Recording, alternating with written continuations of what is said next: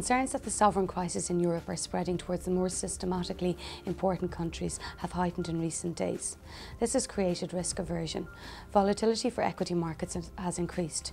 Credit markets and money markets are also experiencing a high level of stress. Within the government bond markets, German bonds are the only bonds that our investors are willing to hold at the moment.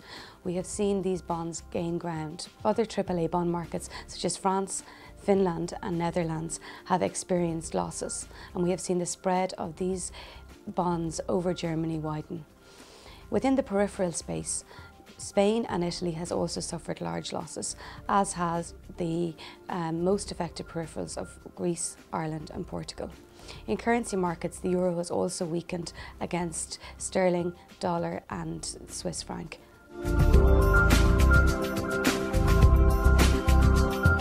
There has been no clear trigger for the crisis. However, the policy response from the EU has been considered inadequate. Portugal also was downgraded to junk last week, which did create heightened risk aversion, while Ireland's downgrade later this week has done little to instil confidence. Concerns are now that the systematically important economies of Italy and Spain will now be affected. These economies are seen as too big to save, particularly as the Italian bond market is the biggest in Europe. There needs to be a policy response that adequately deals with the whole region.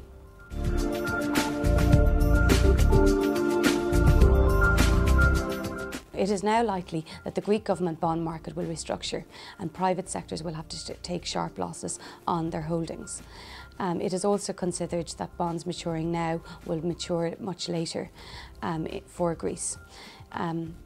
Other solutions that have been thrown out is that the ECB or the ESFF fund may pick up its purchasing of peripheral bond markets, which would become a natural buyer and stabilise markets.